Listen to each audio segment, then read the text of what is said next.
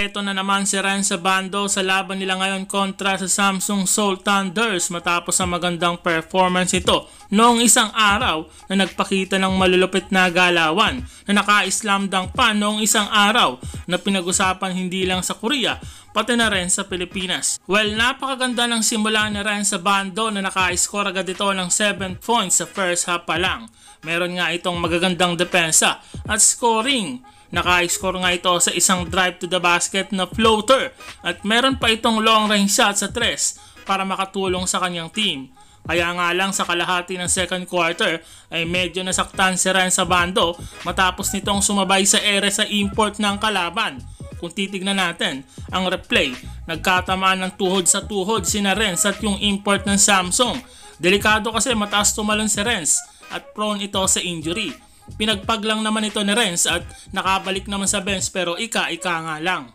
Pagpasok ng second half, hindi na pinaglaro si Renzo Bando at sa 7 minutes ng fourth quarter ay lamang na ng 14 ang anyang at panalo nga sila sa laban sa Samsung. Umasa na lang tayo na minor injury lang ang natamo ni Renzo Bando para makapaglaro ito sa susunod nilang game. Sikat naman si Renzo Bando na bannered pa sa official site ng KBL na isa sa mga player na inaabangan sa Korean Basketball League. Marami naman ang nakakapansin na ng mga Filipino fans pati na rin ng mga analyst sa South Korea na mas nag-improve na lalo si Renzo Bando ngayon after ng kampanya nito sa ating national team. Dahil nakatapat na nito ang mga player na magagaling sa iba't ibang bansa sa nakaraang FIBA World Cup.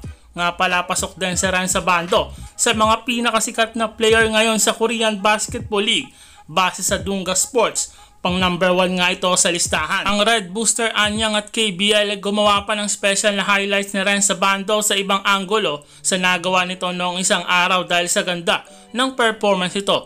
Ayon sa isang sports site, kung titignan natin ang stats na ginagawa ngayon ni Renzo Bando sa KBL ay number 2 ito sa buong Korea sa guard pagdating sa blocks at pang 60 naman ito pagdating sa rebounds. Kaya nga ayon sa Dunga Sports, si Renzo Bando ay isa sa mga player sa buong Korean Basketball League na may mataas ang percentage sa blocks na ibig sabihin lang nito na maganda ito dumepensa sa kabila ng kanyang height na dinadala ang kanyang lakas ng pagtalon. Si Renzo Bando lang ang pumasok sa mga Filipino-Asian import at kasama nga nito ang mga superstar ngayon sa Korean Basketball League.